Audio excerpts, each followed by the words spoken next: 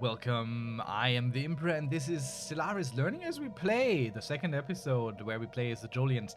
And the purpose of this series is I will play the game, and as I play it, I will explain all the things I'm doing while I'm doing them, so you get a better understanding of the game itself. I've done this for Crusader Kings 2 and 3 as well, and honestly, I like to teach the game in such a way where I don't just go over all the menu items, but rather we just play, we deal with things as they pop up, and I explain how I do it and why I do it, and you get to see live, well, not quite live, but close enough. If you want to see me live, I also have a Twitch channel, which I stream 3 times a week, so please go check that out. If you haven't seen the first episode of this, and you're entirely new to Stellaris, I urge you start on the first episode of this, because there we go through how we created our empire, what thoughts went into that, what are the first steps to do, and we're a little bit deeper into the game now. Time-wise, not so deep, but we already are looking to expand. We are currently ordering our construction ship to build our first outpost to expand the borders of our empires to this system here, which includes a wonderful alpine world, which we are looking to go take for ourselves. It has a maximum size of 14. Apparently, we can only use 13 of those. So that's an interesting situation. I don't quite know why that is, because this here should usually correlate with this. Of course, we have a lot of blockers on this planet, meaning there are a lot of things here that keep us from building other things. But we have some crystalline caverns, which sadly we don't actually need. This increases the amount of mining districts we can have, but we always go up to cap due to how our species is set up. The task here for our core focus, I'm just gonna kind of ignore. We got the mineral district finished up. And, okay, we're going, oh my lord. We're pausing immediately after starting the recording. So many things are happening. Look at that. 2 events, we get all the tasks finished here, and we managed our first exploration milestone here, meaning we get this research option now, which we might take as the next physics research to increase our survey speed even further, which is pretty good early on in the game, where we still have to discover a lot of things. Other than that, I think we'll just kind of leave it as it is, and just close this. That's perfectly fine. Let's look at all the things that are happening. Now, this is the last thing that just kind of popped up. We have found a pre-sapient species, which is very interesting. I will click on this here. It says it's in Yelon 3, so it's this system. But if we click on this button, we are zooming in on the system and on the planet. So Yelon 3 here, this ocean world, which we are looking to also colonize, has a pre-sapient species on it. So if we look on the management, there are 300 of these lithoid quadranites, who, well, if we look at our species tab now, F6 in the sidebar, they don't pop up here yet, because they're not within our empire, I don't think. But eventually we could add these, and these have their own skills. So they are very good bureaucrats and researchers, despite being pre-sapient, but they're intellectually so. So they are tardigrades that like to discuss which little creatures to absorb next. And they have an ocean preference, which is good. Because if we just absorb them into our empire, though we're a little bit scared of aliens, but maybe we can tame these, have these as part of our empire and use them to our advantage. That would be wonderful. We could set a policy for this. It's so many things all of a sudden that we could do. Let's click on view species. It's not there yet, so that doesn't open. We could set a policy for these. They're pre-sapients. We don't have a policy yet, and apparently I can't select anything. And I wonder why. I don't really know why we can't click anything here. Maybe we have to get this done first. So let's read it.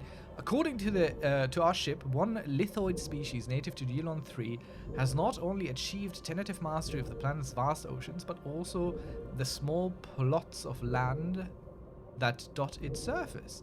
Scientist Kierden Lim proposes that we should monitor the development closely and possibly help them along the path to full sapience. Maybe we do that. Something to keep in mind for the future. So we click this now. I will unpause real quick. Ah, there we go. Okay, so now that we have contacted pre-sapient species for the very first time, we get to choose what we want to do with them. We could hunt them, turn them basically into food. We could tolerate them. Intelligent animals are just still animals. They can safely be ignored. Or we go for even protected. But we are xenophobic, so maybe we leave them on tolerated for now. We're not exterminating, we're not hunting them, we just tolerate them. Maybe we do something with them later. Let's close this again. We also don't need this anymore, we close this. Part of our habitable world survey, if you remember this, here in our situation log. This is here, this thing. We are surveying more habitable worlds. Excuse me. We know now, without a doubt, that a thriving biosphere is not something unique to Vryn, our home world. Both the scientific community and the public at large are eager to learn more about the various forms of alien life found throughout the galaxy. Efforts to catalogue the life forms we encounter are already underway, but our xenobiologists have urged us to focus our planetary survey efforts on habitable, life-bearing worlds. Now, we could say, yes, this is very good, and we start this event chain, or we could say, nay, we have more important matters to discuss, and we get a lot of unity, which we could use for rulers, for other things. This amount of unity this early is quite good, but we are curious. We are very curious. We want to see what's out there. We're scared. And the better we know what we're looking at, the better we can deal with it. So we will decree that this is a commendable initiative. Let's undergo it. And this will just progress as we look at more of these habitable planets as we find them. Now, we also have a tradition available. We picked this before. Now, there's something I wondered recently. I was talking to my girlfriend here and trying to teach her how to play this. This is also why I restart this effort again. And I wondered, can I pick two at the same time? Because I don't think I can, but we'll try. We'll just see what happens. So I said discovery is good to have, and so is adaptability, expansion, and harmony. So let's say we also want expansion to make this a little bit more interesting. So can I adapt multiple at the same time? Because I feel like in a previous version that was not possible. I'll just click this. Agenda available. They sure like to keep up appearances. Interesting. So we can have multiple at the same time. Now, if this makes sense or not, I don't quite know. I'm not entirely sure because I just realized this is possible. I feel like it wasn't the whole time. But you get a extra bonus if you finish this out. So filling these out is much more sensible than adding more, I think. The adoption effect is not bad. It's not bad, especially here because we are about to embark on getting some colonies going. So the agenda, superior qualities that we get with adopting this might be good. Colony development speed plus 25% is also good. So they become productive member of our spacefaring empire quicker. So let's go into our edicts. Into government policies edicts. We have to unpause real quick, I think. But was it an edict we were supposed to get, or was it a policy? Okay, a month has passed, so we didn't get a new edict here. Let me check this again. I'll just click here. Unlocks agenda. Agendas. Oh, all right. Okay, agendas are these here. So we could go for superior colonies like that, which currently we're not going to go do. And this is why this is up. Okay, all good. Very good, very good, very good. So we could now boost colony development speed as well. Right now it's not super important, but we'll get there, we'll get there. Following previous discoveries of lower forms of life, the Jolian capital receives news of the observation of beings with impressive, if latent, cognitive capabilities and greater evolutionary potential. The report is received with a marked enthusiasm, a scientific opportunity indeed. Now we could set this here, this message type, and be like, listen, I absolutely don't care so much about it. There are some filters here. If you're going a little bit deeper into how the notification systems work and what notifications you care about and whatnot, because this one doesn't really do anything. You just click on OK and that's it. But I like the flavor of it, so we're not gonna turn these off just yet. I'm just telling you that you could potentially do that. Build job complete. Ooh, wonderful. So, you just saw our empire expand from in front of our very eyes. And this ship here will now turn around and start building stations to harvest these 2 energy and the 2 physics research by spending 200 minerals building these automatically, because this was its work before, and we use CTRL plus shift or command plus shift if you're on Mac to make this priority to get this system and then continue on what it was doing before. So we want to colonize this planet now, which has a high habitability for us. We are non-adaptive, so it's not as high as it could be, but it's pretty good still. And we want to click colonize. It's not super good because there's so many blockers on it. So a lot of potential is wasted on this planet, but we don't have many choices at the moment, so we'll take what we can get. When we click colonize, we get some options. At the beginning, you only really have 1 species to send there. So that's what you want usually, or sometimes you want to go with founder species, depending on what kind of species and empire you have. You might have a great variety of species to pick from, so you would usually go with what the best habitability is, or maybe if you have a certain thing in mind and you have a certain species which is very good at the thing, like let's say you have a species very focused on farming food, then you would, for an agri-world, send them there. There's more here in terms of information. There's how many districts we have overall, how many are available to us, which again isn't a lot because 7 of those available slots are taken away by blockers of various kinds, like the volcanoes here, which takes away 2, the swamps, each one, and the glaciers, each one. So it's a bit difficult terrain here. But overall, we'll be fine with it. Now, how do we decide what to pick? We have a bunch of options here to specialize this world and improve output for that particular resource. Looking at all our incomes is usually how I decided. And we are lacking in the civilian industries, the consumer goods, and the alloys. We are earning, just not quite a lot. If we look at everything else, we're doing pretty okay. This will get worse as more as more planets come into the fold. They take resources and all that. But I think we will click on planet automation. So this world will be built for us, and we're just gonna go ahead and build ourselves a factory world.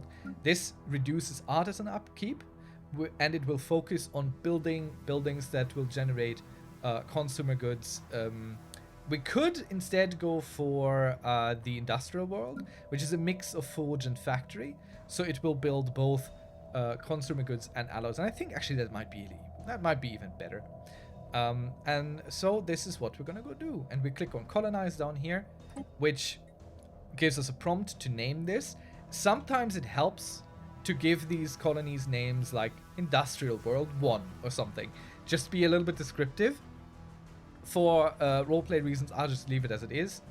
You'll see why that's fine in a moment. Because over here in our overview, the white text beneath it tells you the specialization that currently is active on it, whereas the top one is the name. So you'll find it no matter what eventually. Now, having clicked this, our space station here, the shipyard, is building a colony ship now. It's 9%. Once the ship is built, it will automatically be sent down here to the planet where we click colonize. Something's out there off grid.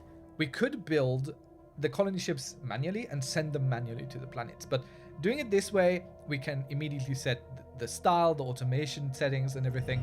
So this is the much more sensible option, and it's automatically flying there and everything.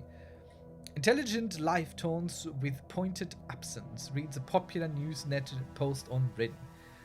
So the internet, basically. The people of the Jolian Empire are apparently finding some humor in the fact that lower forms of alien life are now a matter of public record, but potential equals from other stars continue to elude us. The report on the traces of alien life that we recently found seemingly only add to the iconic twist of the situation. Sorry, ironic twist. Still in a scientific opportunity. And we found an anomaly here, which this science ship will eventually check out, possibly. I don't know. We'll see. For now, it's not gonna look at it. So that's fine. Anomalies are situations in a system which might grant the system some extra resources, some events might happen. Let's unpause and continue. Now there's always something to do, but early on you are very often looking to husband your resources. Make sure you have enough of everything, and not spend too much too quickly. Just be slow and methodical in how you expand your empire. We certainly want to take these 2 systems as soon as they become available to us, for which we will need influence and alloys. So while I could be building military ships to shore up our armies, to make us defensible against whatever is out there in the void, I know that that is not our goal at the moment. So let's see. Our leader has leveled up. Wonderful. Our head of research, Ratu Talku, and we can select one of 2 things. Either a trait that only affects her directly, or a trait that affects her and the whole council and the whole empire. Now, she is the head of research. You can see it here. This is information on what she does on the council. So this here would take effect with her for the empire. Research speed would go up by 3%. That's pretty big. But she's also commanding a ship down here. We can see it. If we hover over her at the center, in the middle point of the tooltip, she also says commanding JES Pavdath, which is one of our science ships. So both options are fine. And again, I want to really, really bring this home.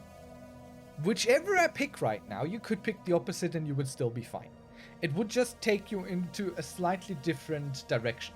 Stellaris and many Paradox games are about many choices forming a very complex big whole. And this is the fun of it for me. I will not be wrong. This leader eventually will die. They're 34 right now. Our life expectancy is probably regular humanoid human, so 70, 80, whatever. So this leader will not be forever. Even if I feel like I messed this leader up, I could dismiss them, hire someone new. It's fine. You do not need to agonize about these choices. Pick whatever from a roleplay perspective appeals to you, or what you think sounds good. Personally, I really like research speed, though this one is also really good. Anomaly research speed, that would speed her up quite tremendously, allowing us more discovery. But technology is important. So I think this is actually a bit of a tough choice. And if I have a tough choice, you know what? I just pick anything. Even if I have to close my eyes and click, it's fine. Let's look at her. She is already resilient, so she'll live for a really long time. So she'll serve us long with this. I think if she is resilient, would she also be carefree?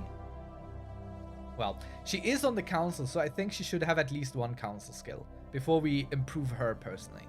This is why I will choose this, just because she does not have a council skill yet. Otherwise, I might even go for carefree, even though, again, possibly not the optimal choice, but it doesn't matter. It's okay. Now here's our email confirmation that we just clicked that button. Thank you, Stellaris. And these I can't actually, I can't set. We've constructed something game-changing. There's really not a choice in that. Okay, so this guy has finished out. This system's secrets are ours. Building all the stations in this system, so that's wonderful. This system is now fully explored, and he will travel further to this system. We have a 50% habitable planet here for us, which isn't terrible. It's not great, it's not terrible. It's the next best thing, and it's fairly big. So we're going to take this construction ship again, holding down Ctrl and Shift, or Shift and Command if you're on Mac. Right click this and say build Starbase Outpost. Now, he will do this order first and then fall back on automatic construction after it, building the mining station to get those 2 energy credits out of the system directly. Apart from that, we have a lot of minerals right now, and our planet here has a lot of housing and a lot of everything. Let's see. We have noble estates, we have luxury residences and a medical center. We have everything we need for a planet that is growing well and quickly. The medical center specifically here increases how much growth our people experience. We have the mixed industries, so we might want to consider building some buildings that give us civilian and civilian goods and some alloys, because we're kind of low on that. So I wonder. So we've just unlocked this row of building options as well, because we built another district into this. Here we will probably also need to build one more of each. So maybe let's see what we can build here. Wait. Oh, we can build everything? That's crazy. I didn't think that was possible. I've played a different species recently before with the changes to this, so this is interesting. I thought we could only build mining related things here, but that is very powerful, really. So we don't need much. The planet has no deficits. We're getting everything we want. There's no crime. We have housing. We have amenities. Everyone's happy. So we can build basically whatever we want. What is a surface quarry depot? It gives us minerals and jobs, so that's fine. Let's see what we have. Energy credits. We could even generate these here. Interesting. Resource silos increases how much minerals we can, or resources we can shore up. Eventually want to get some of these, but that's fine. Some trade. We don't quite need that. We don't...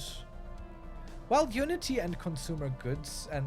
Well, Unity and amenities might be interesting. Housing and amenities, we don't quite need that. Precinct houses, we could build some defense armies and make this place even safer, even more stable. But I think we'll build a surface quarry depot for 440 minerals. And then we're going to go here and build us some alloy foundries, which will take minerals, which we are getting here basically now, and we're turning them into alloys with our people. And that's basically it, what we can do for now with the minerals that we have. So we'll close this again. These little icons here, they mean something. Usually you can hover over most things. This planet composes the construction of additional buildings, which we've just done, which just means you have some of these plus slots here. Alright, wonderful. Extra things. A new leader leveled up, or another one. Our overlord, our main ruler currently, who has the mining rush. Extra mineral income. Wonderful. We could get another spark of genius in there. Research speed. We could go with more happiness, or edict upkeep and edict fund. Now, the edict upkeep and fund we don't really need. We're good on the edicts. If we check again here in government, policies and edicts, we're at 12 out of 20. So we could even have the last one running, which we don't even need. So that's not something we're gonna go take. Mining rush would be interesting because the more minerals we have, the more buildings we can build. But then again, we also need people to work those. And if we look at our main planet, let's close this up again. If we look at our main planet and we go into the economy tab here, we see we have some civilians, meaning these people don't work a dedicated job. So we still have room for more people to be gainfully employed. We're getting 400 more jobs, so this will be 1,000 soon. So it would make sense to build more. I think in this case, even though Spark of Genius is almost always the right pick, just for roleplay reasons, we're looking to get more minerals, and it's helping us to build quicker. So I think we're going to upgrade this. So right now we're getting 2.5%. This would give us 7.5% out of jobs, which currently produces the most of our minerals anyway. So we'll click that, and that's fine. And we have a new tradition available. Now, if we have multiple here, we could add another one. I don't suggest you do that. But let's see what we want. Maybe survey speed and science shipping disengagement range. Makes our ships faster and safer, because if they encounter something evil, bad, they can get away quicker. Let's see, colony development speed. That's also attractive because our colony ship is just done. We can see it here, the little ship with the flag. That's an interesting thing. We might want that, but then again, we need resources to build there anyway, so I don't know. Let's see. What are the next options? Pop growth speed plus 10% is really important though.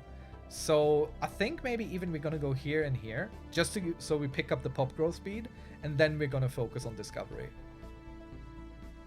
Yeah, we're gonna go do that. We want to quickly develop and grow, so we go into this first.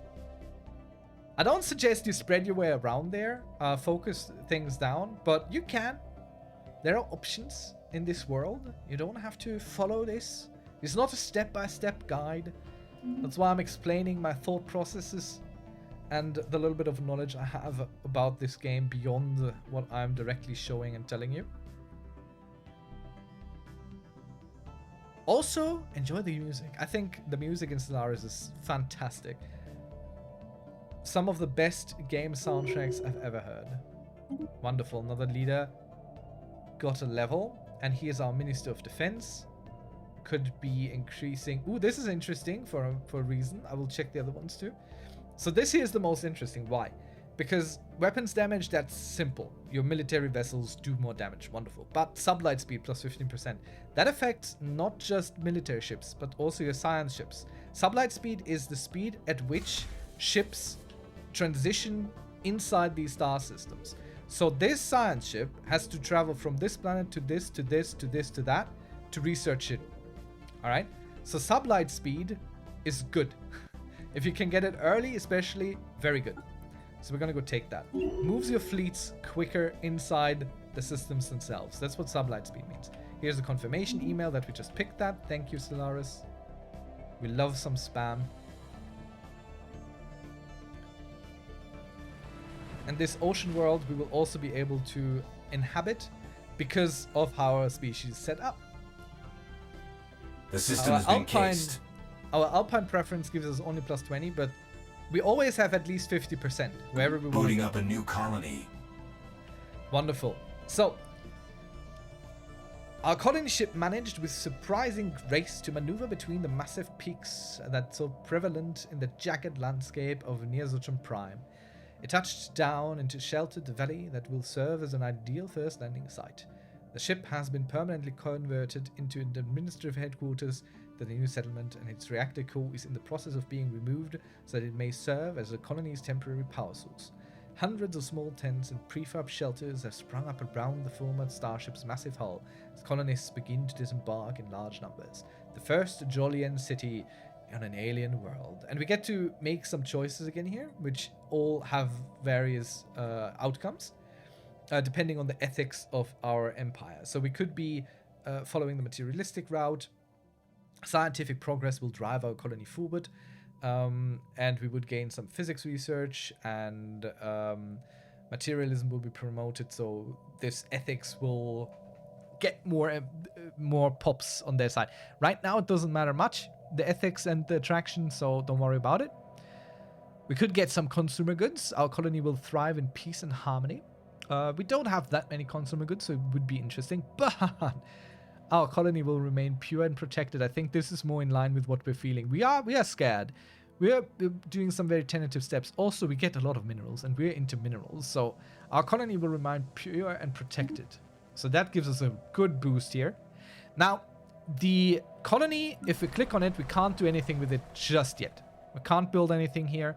Why? Because the colonization process has to finish We've constructed something game-changing. But if we look at our traditions again up here, we took this. So this speed here, this is 25% faster than it would be without. And not only that, we immediately start with an extra urban district, which is good. It gives us housing. It improves whatever is built here. It's a very solid first pick if you can get it even before your first colony. All right, another leader upgrade. Let's see. Principled, Eye for Talent. So this would give stability +2 on planets, which is good, which is very good. Stability here is this, which helps people stay happy and keep them productive. That's very wonderful, but we don't have an issue with stability at the moment, at least not at Homeworld. Maybe at others we will, but I think we're gonna go with extra leader experience gain for everyone, so we get more options to pick more often because they upgrade faster. So this is what we're gonna go pick. I like Eye for Talent. We have another system surveyed, which is wonderful. So again, CTRL shift or command shift to get the build order before this automation order and build that outpost. Because we want to absolutely make sure all the systems that have habitable planets in them for us are ours. And no alien civilization, no matter where they might sit, get a claim on it. So that's why I want to prioritize this. Right. Apart from that, we're just kind of waiting a little bit. We're building buildings here. Surface quarry depots, which will give us more mineral income. which will then immediately be eaten away by alloy foundries coming after to give us more alloys, so we can maybe start looking into building military ships. Our fleet is very, very small, and usually the AI empires already are starting to build their fleets out. But I want a little bit more alloy income, because we might still opt to have another civilian ship, another science ship, stuff like that. And I don't want to limit myself so much yet. All right, cool. Our mineral producing building has been finished, so we're up from 60 to 80. Our next system here has been taken, so let's check. Do we have enough for another colony? Perfect, we do. We have 200, 200, 200. That's why I keep saving resources right now. Establishing colonies early on is more important than most other things, besides exploring. So I don't need to build military ships right now. It's unlikely that at this point we will get into a war, but soon, now that we have basically gotten most of the planets around us, we should definitely consider building military ships next with our alloy surplus, which will soon come when we don't need to build any more big colony ships, which take a lot. Now, we are building something that will give us consumer goods and alloys. We're good on food, we're good on minerals, we're good on energy. So we might consider research, or a mixed kind of planet. So let's see.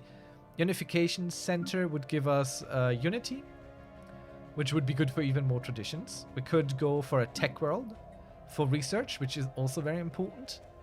Could go with an urban world, which would give us trade. Again, trade is something we can directly transfer, convert between these different things. We could go with a mining world, which we don't have yet, but we're leaning into mining pretty much. Like, we have so many bonuses on mining.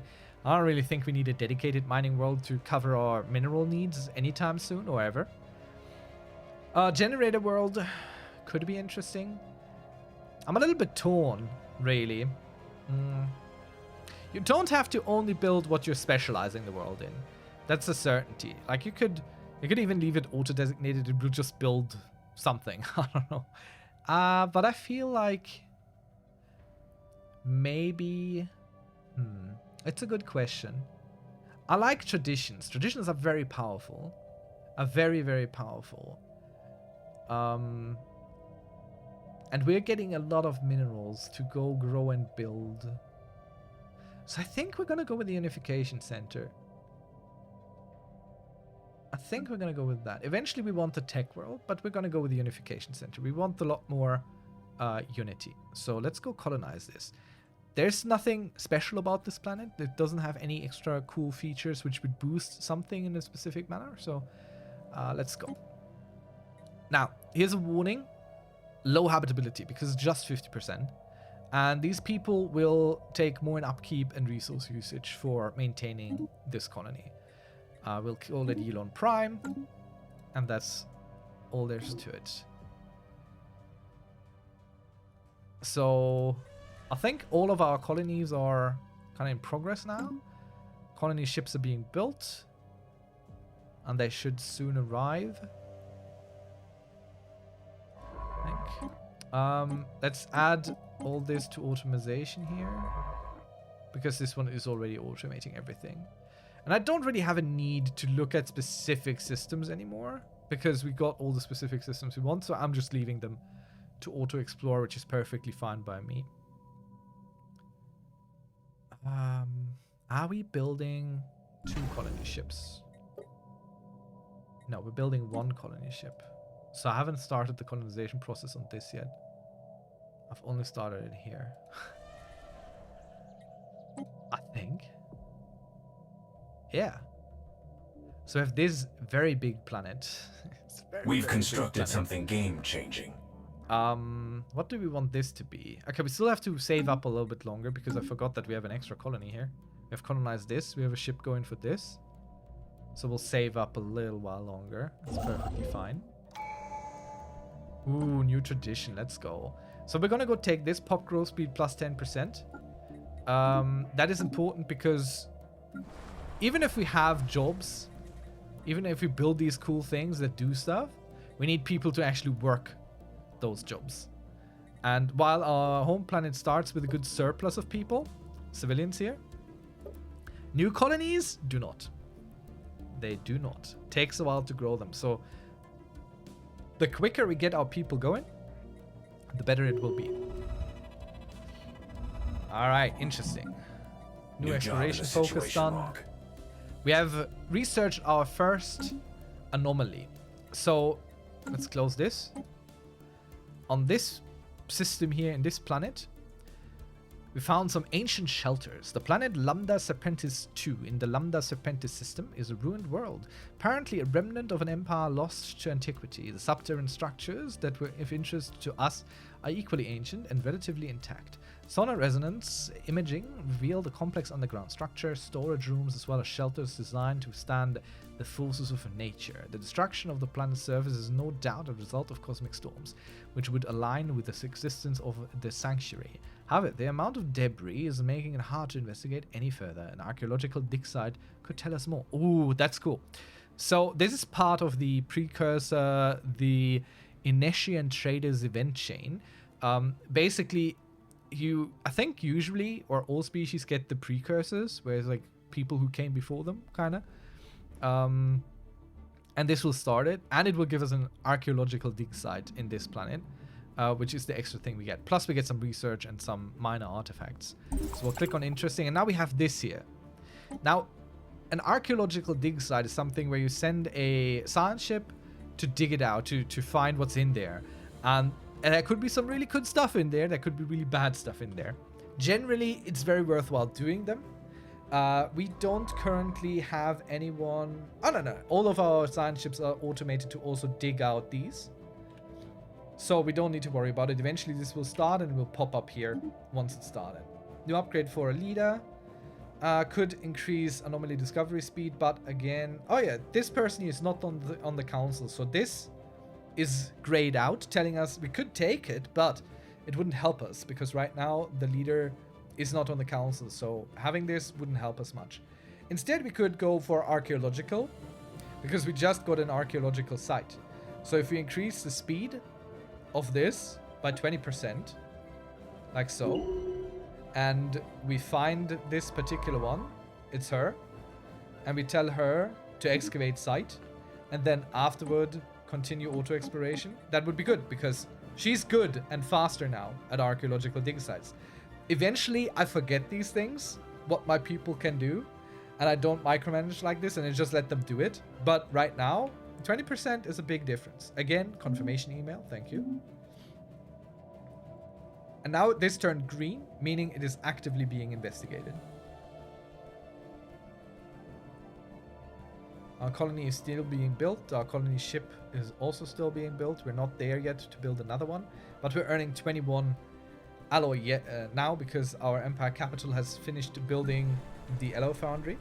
We also have enough minerals to build yet another building, and I think we will build another research or even better.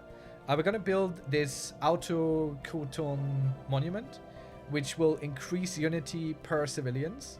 So the more civilians we have on this planet, the more unity it will generate. It will cost some in consumer goods, but we want the unity. And then the last slot here, we will build a research lab to get more research going. And for now, I think we'll leave it because we'll see if we need consumer goods or alloys. We'll just let this run. I'm building these because research is important and we haven't really invested in our research yet much. Only some research stations. But we definitely need the research eventually to push the boundaries of what is possible. Now there's a little yellow icon sometimes here, which means there's maybe an update in this. Something. Here is our archaeological site. We know that things will soon happen, whatever. And yeah, we'll just wait. Enjoy the soundtrack. We are near to a next colony ship. Just a few more days. There we go. So we can go to Lambda Serpentis 2, I think, and decide what colony ship we want to make, or rather what planet we want to make out of this. And I'm thinking it's a very big planet. It has 20 slots. Like it's very powerful. A lot can be built here. And I think What do I want? What do I want? Maybe we just make one mining world and we'll never have to worry about it ever again. But since it doesn't have any specific modifiers, maybe something else would be interesting. Maybe an urban world, which is just for trade and other things we build here. I think we'll do an urban world, because with trade we can get most other things that we want. So we'll do that. Low habitability warning again, 50%. It's not ideal. We'll see the effects soon, once we have our first colony established on one of these. Which don't have the perfect... The system has been cased. Suitable thing. Just an info that this is done. Our network just got a fresh hub. Very good. So our colony is now finished. It says here, newly founded colony. We can click on this. And now we see our wonderful colony here. It is governed by the sector governor, but it doesn't have its own governor. We might want to consider giving it its own ruler. We do not have anyone currently not doing anything, so we could hire us a official. But I don't know. It's not really anyone super sensible. Remembering, even just having them on a planet gives us a big boost. But yeah, I don't think we'll do that. It's fine. He'll deal with it. So we start with a very small number of people, with 100. That's it. Just 100 people. And what we need to decide now is we're gonna go ahead. It's all automated, so this planet should build itself out, but I like to start with the medical center anyway, because this boosts the population growth speed. It gives a lot of amenities, which we have very little to start out with. So medical center is quite important to have early on. We'll build that. We also notice this planet has a -5 deficit in energy production, which means this costs us trade. It goes directly into this. Planetary deficits eats into our trade income. So we might want to build one district here, giving us some technician jobs and generating some food and energy, which will take care of the deficit. It will reduce our impact on trade. And it doesn't have a lot of districts here anyway, but having like one might be sensible, and we have enough minerals, so we're just gonna go do that. We won't have people working this. There are just not enough people here. What we could do in the economy tab, we could click on resettle. And from our home world, we could bring in new settlers, new people, which costs us 100 energy to do. So we're currently having 100 jobs open, because the main thing does have. So maybe we send 100 now to be sure that all the jobs that we currently have, the 200 here, are being worked, which improves the colony a lot already. Just having the extra 100 settlers here. Boosting them early, getting them people to get them going is quite important. And once the medical center is built, booting up a new colony, also need 200 jobs, we send 200 more civilians to work this new colony. And yeah, we have another colony now in progress, which is wonderful. Our research ship's doing stuff. We will build another science ship, because we have one now engaged with the archaeological side, which will take a while. So this ship will not be researching anything else in space for us. So let's get another science ship going. And since we have enough alloys now and no other planets we want to go conquer, we still want to expand our empire. Like, this is interesting. There's 6 minerals, there's 2 energy credits. This would be more interesting for me, to block off access to this from that side, so they can't go here. This might be interesting. Anyway, let's check our main military fleet. Now, the military fleet, other than our science ships, which are just them, like there's no fleet here, there's only this one ship. But our military fleet has multiple ships in it. It can have up to 20, like this guy can control up to 20 ships in his fleet, and currently has 3. If we click on this fleet manager, it will open yet another window. Wonderful. And here we can design our fleet basically. And we can say, okay, how many of these ships do we want even in there? One of these is 1 point basically. So for the beginning, this is all we're gonna go do. We're gonna go hold down shift and click multiple times. So now this says 20 out of 20. We still don't have 20 ships in, so we didn't buy them. We didn't make them. We just decided that this fleet should have, if it is full capacity, 20 of our corvettes of the Melpulda class, whatever. So now we could click this button or this button, doesn't matter. This button reinforces just this fleet, which we have collected. Or if we have multiple fleets, we could click this button and reinforce all of them. To get to full strength, we need 1,700 alloy. We have 84 right now. So clicking this button will take away 100. And it will start the building of this one ship. We can do this from here as well. So we select this. And we wait for enough alloy to pop up again. And then we can keep clicking this button here. And it will automatically reinforce. Meaning, the ship will be built somewhere. We've constructed something game-changing. We only have this one shipyard at the moment. And then the ship will automatically come and be part of that fleet. And then this will go up to 4 out of 20, 5 out of 20, and so on and so forth. That's what we're going to go do with our alloys for the foreseeable future. Our new science ship is also done. It just popped up here. This is something you just kind of keep an eye on. You know you built a science ship. You kind of have to remember that. And then once it's there, you need to do something with it. And we need another scientist. We have 2 options. One is 39 years and a pacifist. The other is 36 and a materialist. We don't have a pacifist scientist yet. We have one of each other ethics. Let's make a variety out of it. He has a survey speed plus 20%. Wonderful, because we want him to survey stuff. So while he's a little bit older, we still take him. Let's have him. Yes, we're fine to pay. And then we're going to go just send him out. And because I'm curious about this system first, I will hold down Shift CTRL again, survey system. And for some reason, it's still working. It's not highlighted though. That's weird. I'll just hold down Shift and... Okay. I'm a little bit confused. What should be working isn't quite working, but we'll figure it out. First, I want this system surveyed, because this is a bottleneck. If we block this off, whatever is here can't just travel through. New augments research. Strap in. So that's good. Our first research is done. We started these in the first episode, on the very beginning of the game. And this is wonderful. We got a food from farmers, 20% extra. So this will go up without us doing anything. And we could build a soil reclamation center, which will do something. What does it even do? Maximum agriculture districts plus 4. So we could build more agricultural districts if we ever needed to expand that on a planet. Now we need to pick a new research option. And we have one here that's already started and finished and half begun. Why? Because this was the result of one of the events that we picked earlier. But there are 2 blockers that we could clear. And we want to hover over that and see how many of these we have.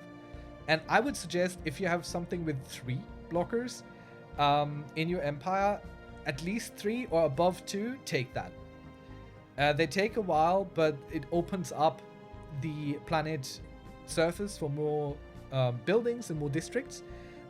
More districts, excuse me, not new buildings, more districts, which then improve the buildings directly. So you are hampering your potential if you don't take these. If it's just 1, you can kind of ignore it for a really long time.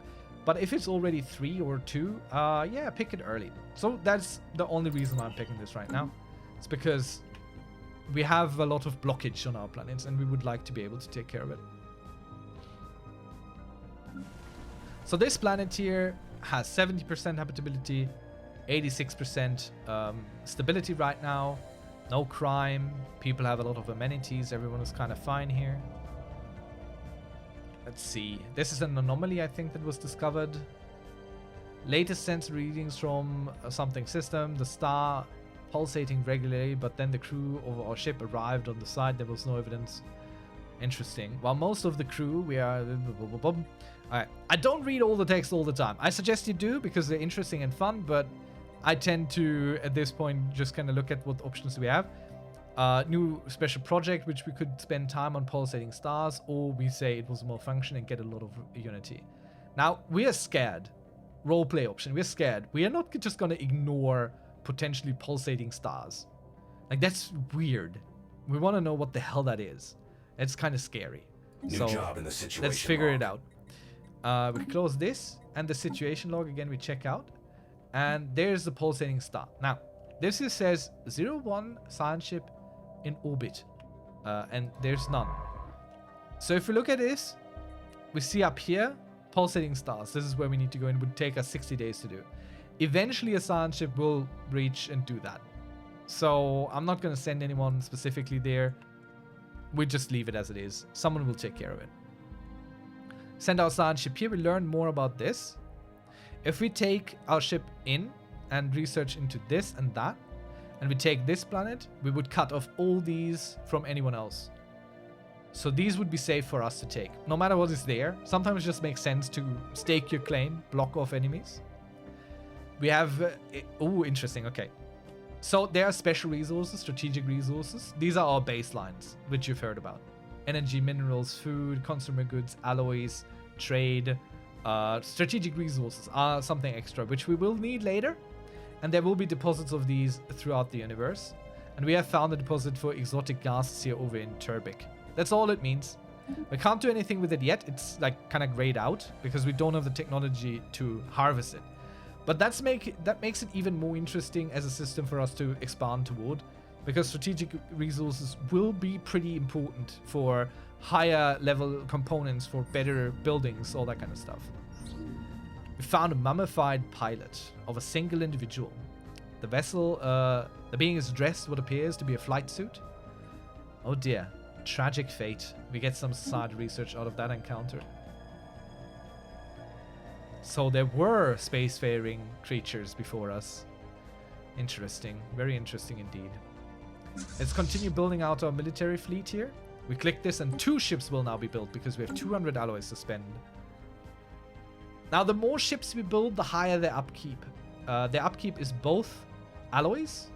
As you can see here, ships 0.75. And here we see ships 7.08. And we found another system with another planet. It's a tundra world, which we'll see how the habitability is. It should be pretty high because tundra is in the cold environment situation. So one of our ships will eventually take care of this. And we definitely want to expand to here. So we could directly try and expand here, but the further away you try and build an outpost from the last outpost you have, the more expensive it gets. So we're just going to go take this system because we want to expand here anyway. So we might as well hold on CTRL shift or command shift and send this vessel here to build the outpost there so we can then safely take this. We got another focus done. Wonderful. Built the generator district, which I didn't do. So that means our AI here has started taking over. Yeah. It's building here a planet construction, mixed industries on this planet. We didn't start this. It's building this specialization here. We did not start this. Let's check our economy again. We have a lot of jobs that are not being worked right now. So we're going to go ahead and send some more civilians from homeworld to take care of that. We'll send 200. They'll settle in quickly and nicely and start working these jobs here. We have a new tradition to unlock. So let's click on that. Now we could work on starbase influence cost, starbase upkeep, empire size, but that's not super important. We're not lacking for influence, it's fine.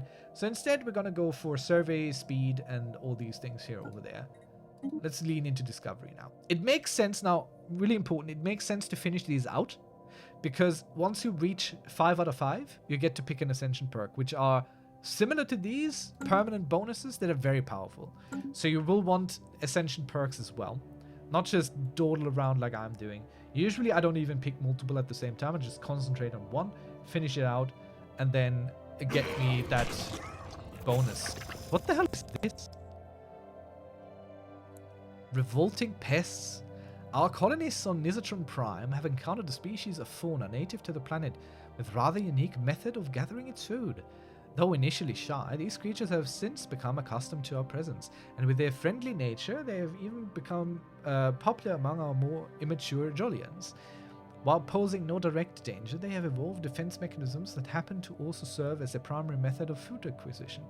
Lacking the digestive enzymes needed to break down solid food in their own, They emit a powerful and repulsive gas that induces projectile vomiting, then inhaled by other organisms with a functioning gut. These ejected substances are then consumed as their main source of nutrients. Oh no. The overall situation has a risk of spreading infectious diseases, and local leaders have been urging colonists to steer clear of the strange things. They're barf gremlins. Look at them with their little barf nozzle. I've never seen this event. So what can we do? What a unique xenobiology. So we would lose happiness on this planet, and food from jobs would go down by 10%. Or we could go and shoot them on sight, which also reduces the food on the planet. And, well, there might be more. Like, there might be follow-up events based on what we pick here. Right now, that's what it is. So I think being xenophobic and afraid, like, this is not good. We don't like this. So we will shoot them on sight. Then again, we are pacifists. Difficult choice. I think we'll just be very revolted by it and be like, yeah, well, that's unique. That's interesting. Like, it's not hard. They're not harming us. I think the pacifists this system dry. will not come into effect unless we're being, like, attacked. If something attacks us, we're no longer pacifists. We defend ourselves. But these things are not attacking us. Okay, archaeological side event pending. So this is this here. It's yellow right now, telling us it's a pending event. And here, these are just stories that you can read through, and stuff happens slowly but surely. At the end, there will be something. There might be choices happening. So let's see. Approaching the shelter from the ground level reveals a small opening beneath two collapsed towers, through which the faint glow of operational machinery could be seen. The opening provides an anchor point for our scientists to map out the size of the complex, possibly find a way to open it up without damaging the delicate structural integrity. The ruins that entomb this site have all the hallmarks of cosmic storm damage. Curiously, there are no signs that the city's inhabitants attempted to protect themselves. It is as they endured the violence for as long as possible, only to evacuate in a great hurry. Perhaps the answers are beneath the ruined ground of Lambda Serpentis II. Or 2. Alright, cool. So we're going to go a little bit longer today. Going to continue a little bit longer here today. Just building the outpost. Colony established. Free real estate, Preem. Alright, wonderful. So our new colony is done. Let's check it out. We have 300 pre-sapients, which are doing nothing. They just kind of exist. So we don't really need to worry about them yet. Eventually we might have to. We will send more colonists to this planet as well. Now these have very low habitability here. They're not going to be quite as happy as they were on Homeworld, but that's okay. So we're going to go send 200 over.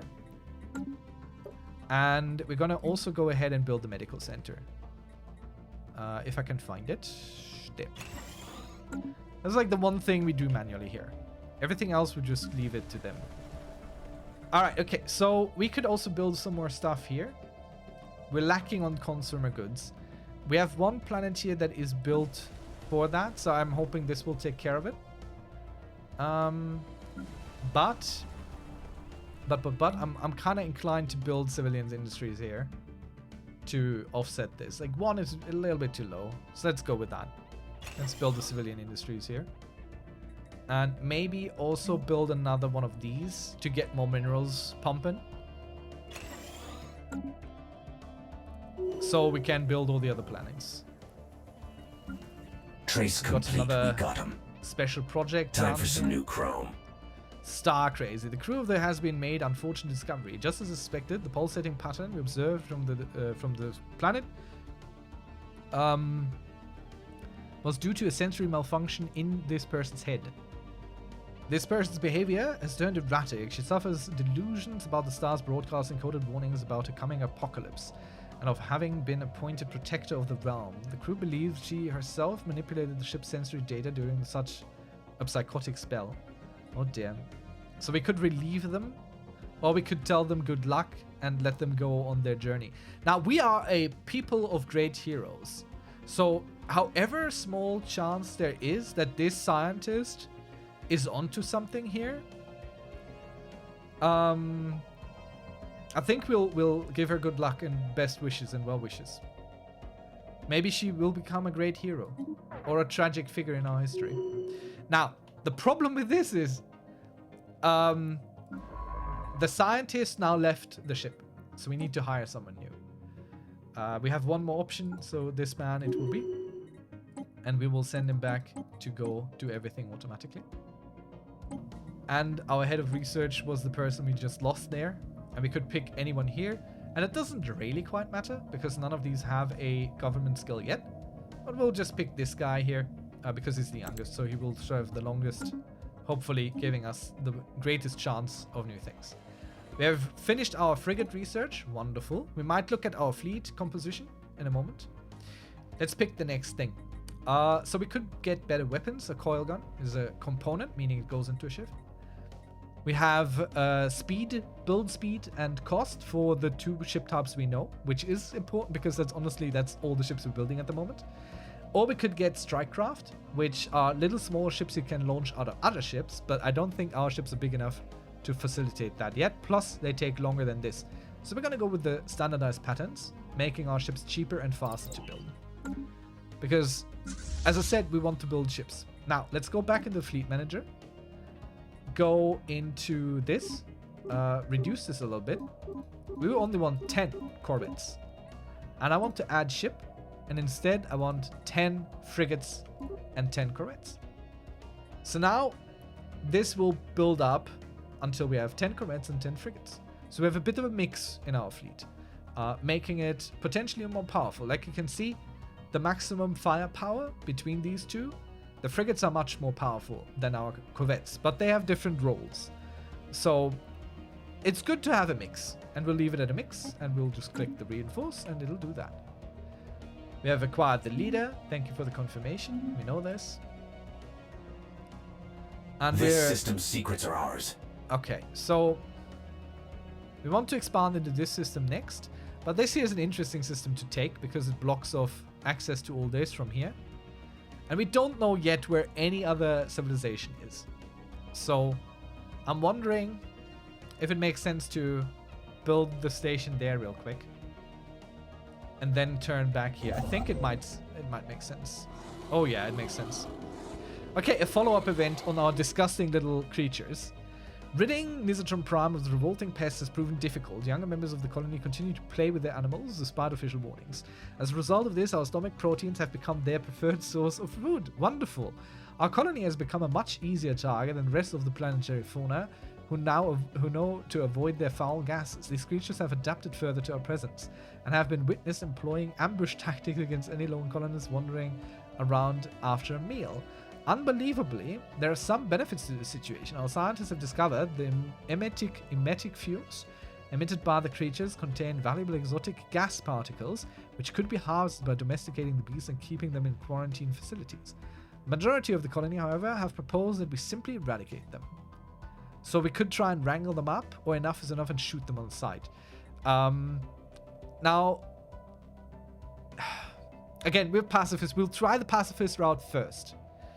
We'll try and wrangle them up. If that doesn't work, we will shoot them. And we get some society research. Who knows what will turn out. Anyway, I wanted to take this construction ship, send it down here, CTRL shift.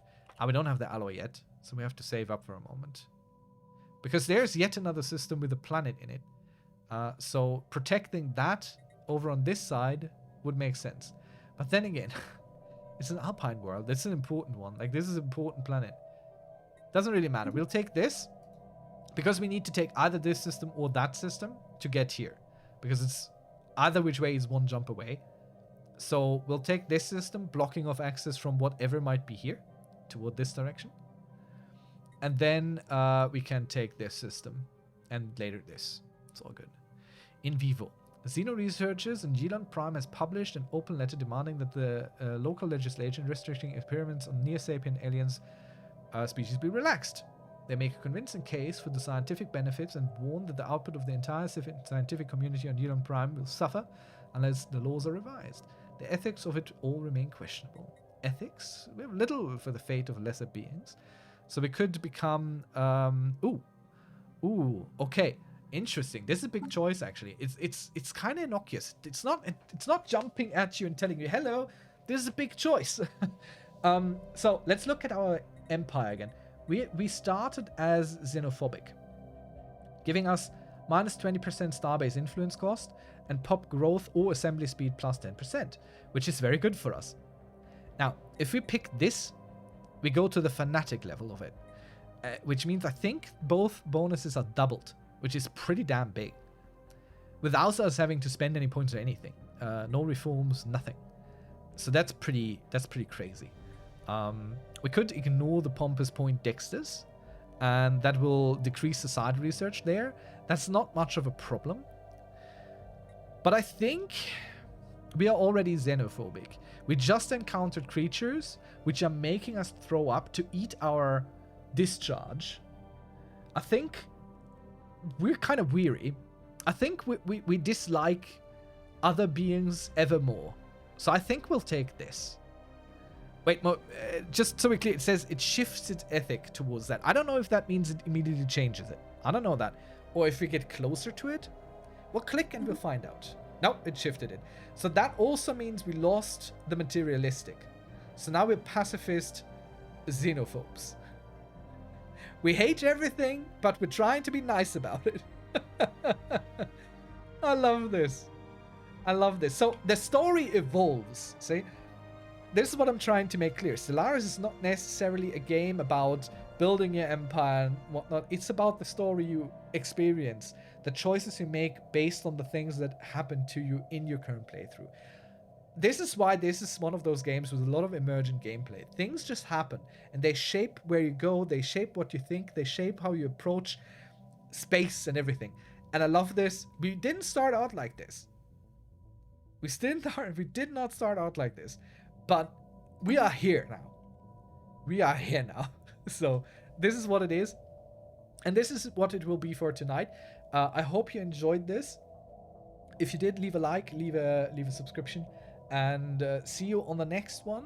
And if you're ever around on Saturdays, we stream Stellaris on Saturdays. So if you have questions about Stellaris at the moment, please drop by. Also, check out our Discord. If you have any questions, please join us and ask. Me or some other members of our wonderful community will be able to help you. And with that, I leave you with your own empire again. Until next, have a good one.